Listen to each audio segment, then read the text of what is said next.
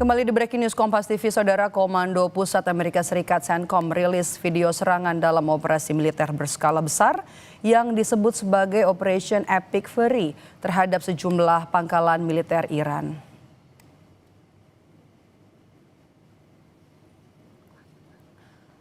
Video ini menampilkan serangan presisi ke berbagai fasilitas militer Iran termasuk hanggar drone, sistem rudal balistik, radar, dan juga pusat komando Korps Garda Revolusi Islam. Rekaman juga menunjukkan jet tempur F-18 lepas landas dari kapal induk serta peluncuran rudal dari kapal perusak Amerika Serikat di laut.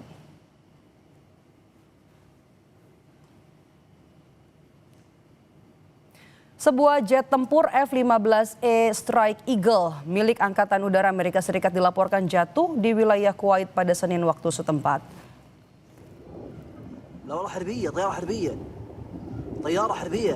Pesawat dilaporkan jatuh di area kilang minyak Mina Al-Ahmadi. Kementerian Pertahanan menyatakan beberapa pesawat militer Amerika Serikat jatuh akibat serangan Iran. Sementara itu Presiden Donald Trump mengonfirmasi 3 tentara tewas dan 5 luka-luka dalam sebuah pernyataan pada hari Minggu waktu setempat.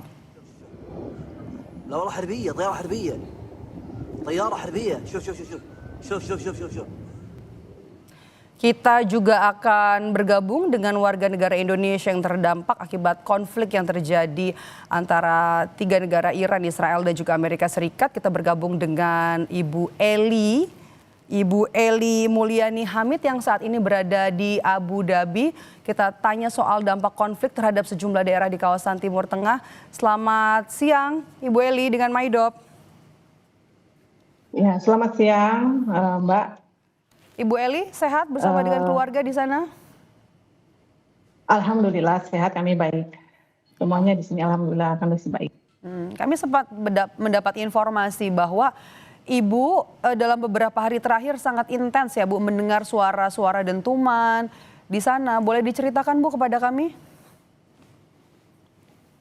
Iya betul. Sebetulnya ini awalnya hari Sabtu siang ada kami itu kebetulan lagi ada acara di KBRI karena kami ada komunitas Islam untuk berbuka puasa dan kebetulan siang itu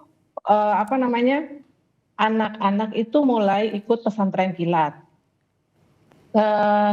Kami pulang tuh baru terdengar ada dentuman dan kita bingung ini ada apa gitu kan, kita belum memastikan itu suara apa dan dari mana. Tiba-tiba beredar berita seperti apa dan orang tua mulai panik gitu. Ini bagaimana dengan anak-anak, sementara kan banyak anak kecil tuh di KBRI, tapi saya rasa anak-anak itu memang di tempat yang paling tepat yaitu di KBRI. Untuk sehari-harinya kan kami biasa ada untuk acara buka bersama. Ketika kami datang untuk menjemput anak dan melakukan buka bersama di lingkungan KBRI itu, Bapak Dubes sendiri sudah menyampaikan himbauan bahwa kita harus tetap tenang, jangan panik, dan Pak Dubes juga menghimbau kita bahwa kita harus menyiapkan diri dalam artian bahwa kita jangan panik, jangan juga kita merasa bahwa kita itu sendiri. Kita karena pihak KBRI sendiri sudah menghimbau dan sudah memberikan arahan langkah-langkah apa yang harus kita lakukan. Dan juga terutama kita harus menyiapkan seperti backpack itu yang isinya ya dokumen penting untuk hal-hal yang setidaknya ada yang emergensi kita bisa langsung ya, Bu, ya? ambil gitu dan ya betul itu langkah pertama. Dan sampai beberapa harinya itu mungkin hari Minggu tuh kalau siang memang ada dentuman tapi tidak seintens malam hari. Tapi ya alhamdulillah. Cuman yang berdampak itu memang anak sekolah itu jadi online dan beberapa sektor juga banyak yang WFH itu hanya untuk menghindari dari efek yang mungkin ada yang nyasar atau apa gitu. Itu memang sih dari pemerintah sini juga sudah menghimbau bahwa kita harus menghindari tempat-tempat yang terbuka. Jangan di sana penanganannya seperti apa, seberapa intens kemudian serangan yang kemudian dirasakan juga oleh warga negara kita yang ada di sana. Tapi jangan dijawab dulu Bu Eli, kami jeda sejenak Saudara. Tetaplah bersama kami di Breaking News Kompas TV.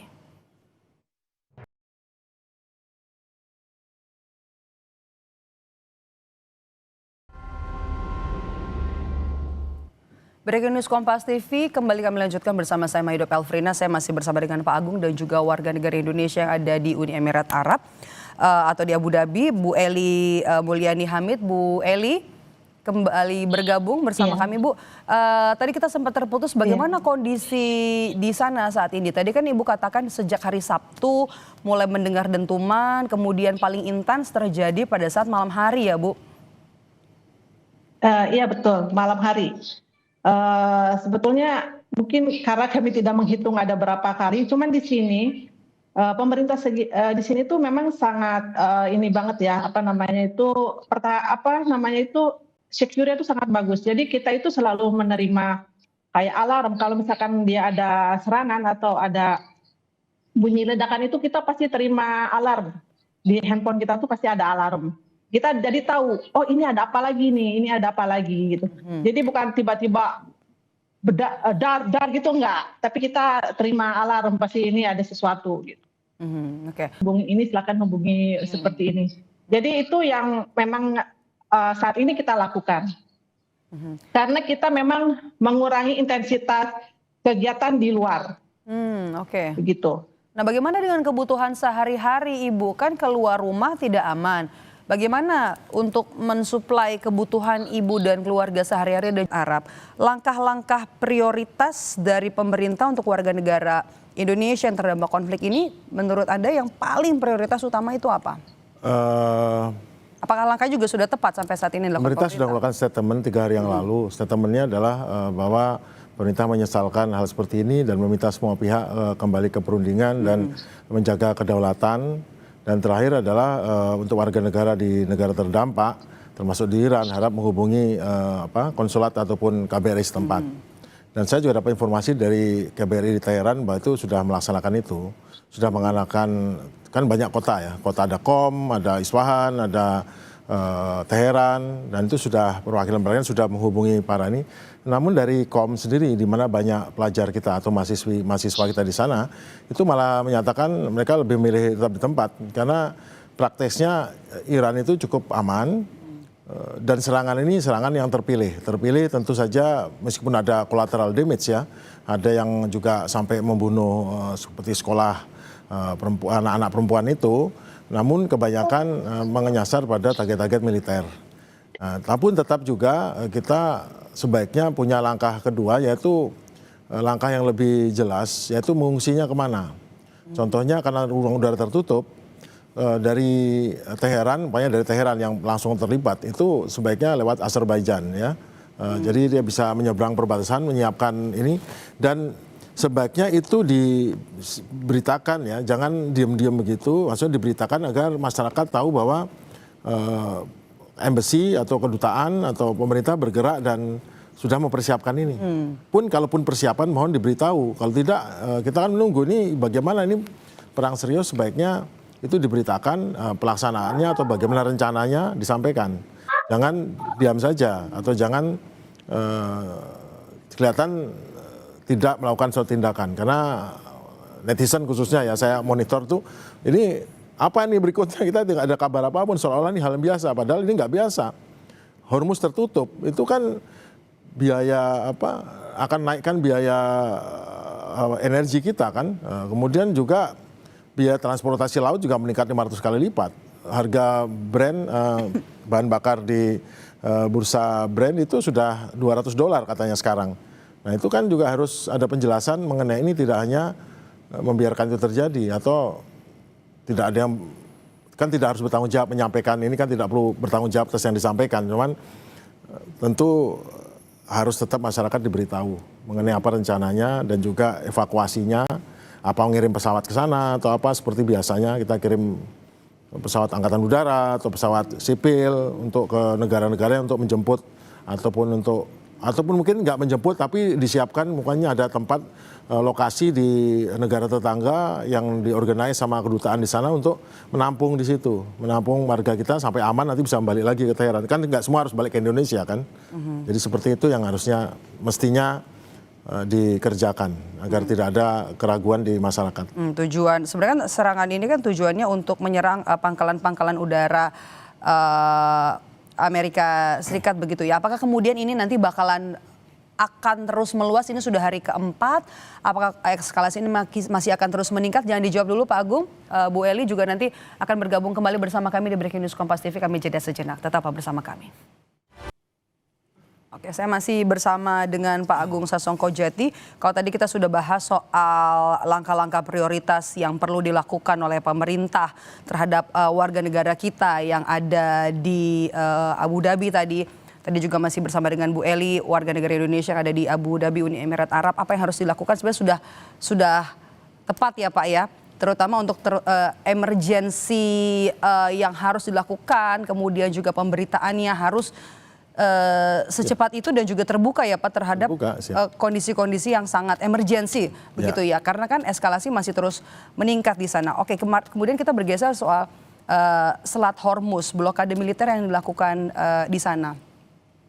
Jadi gini, setiap negara itu berhadapan negara dalam dunia yang anarki ya, jadi dunia itu nggak ada PBB, itu bukan atasan dari negara-negara harus berdiri sendiri ya untuk menghadapan dengan negara lain, dia harus punya kekuatan sendiri. Amerika itu memberi sanksi kepada Iran itu sama aja sebetulnya dengan beri tekanan, karena negara itu memiliki 4 komponen, yaitu diplomasi, informasi, militer, dan ekonomi.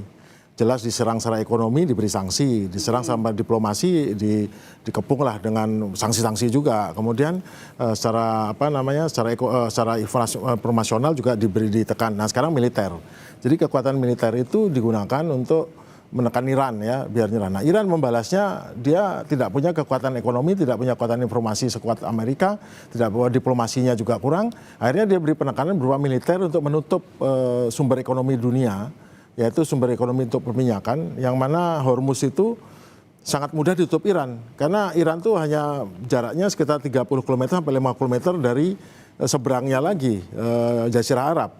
Dan itu tidak perlu kapal, tidak perlu armada angkatan laut, cukup memasang silo-silo atau bunker-bunker berisi rudal jarak pendek, rudal yang cukup yang 50 kilo, 100 kilo cukup dengan tersembunyi, dan itu akan sulit bagi Amerika untuk menghancurkan itu. Kapal-kapal Iran boleh dihancurkan atau dilumpuhkan. Ada 11 kapal itu sudah dilumpuhkan, tidak bisa digunakan. Tapi masalahnya yang akan menghadang itu adalah bukan dari kapal itu, tetapi adalah rudal-rudal, peluru kendali, dan ranjau. Nah, yang terjadi sekarang di Selat Hormuz itu adalah kemarin ada yang mencoba lewat kapal tapi disikat dengan rudal, akhirnya terbakar dan tutup betul ini, sekarang tutup, jadi tidak ada yang bisa lewat.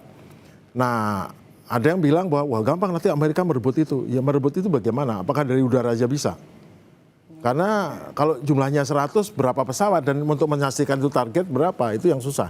Satu rudal aja cukup untuk menenggelamkan satu kapal dan langsung selat itu tertutup, nggak bisa ada yang lewat karena sempit sekali ya selatnya. Nah sekarang apa yang terjadi? Dengan tertutupnya Selat Hormuz berarti 20-30% minyak dunia akan terhenti suplainya.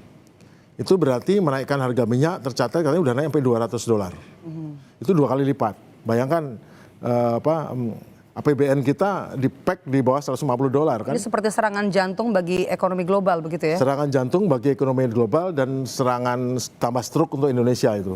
Karena kita punya stok katanya 20 hari. Baik. Wah 20 hari perang udah selesai. Terus yang kedua, Qatar itu adalah produsen LNG terbesar di dunia.